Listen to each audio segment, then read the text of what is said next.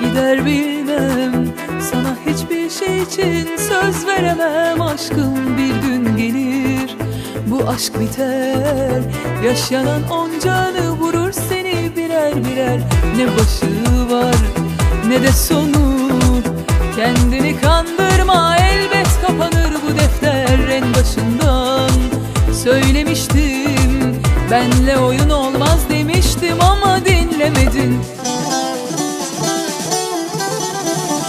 Zaten bir anda sevmiştim seni, çok geçmez unuturum. Beni deliler gibi sevecek aşık bu aralar bulurum. Zaten bir anda sevmiştim seni, çok geçmez unuturum. Beni deliler gibi sevecek aşık bu aralar bulurum.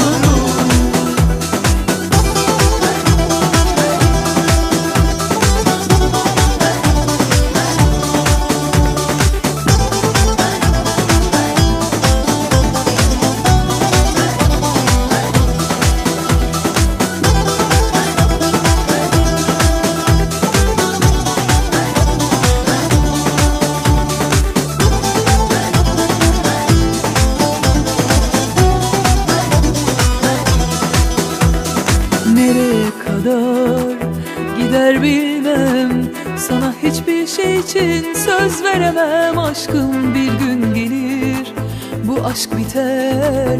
Yaşanan onca anı vurur seni birer birer.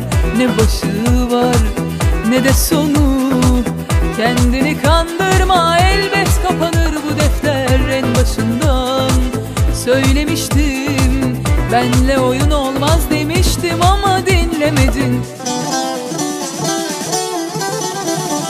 Zaten bir anda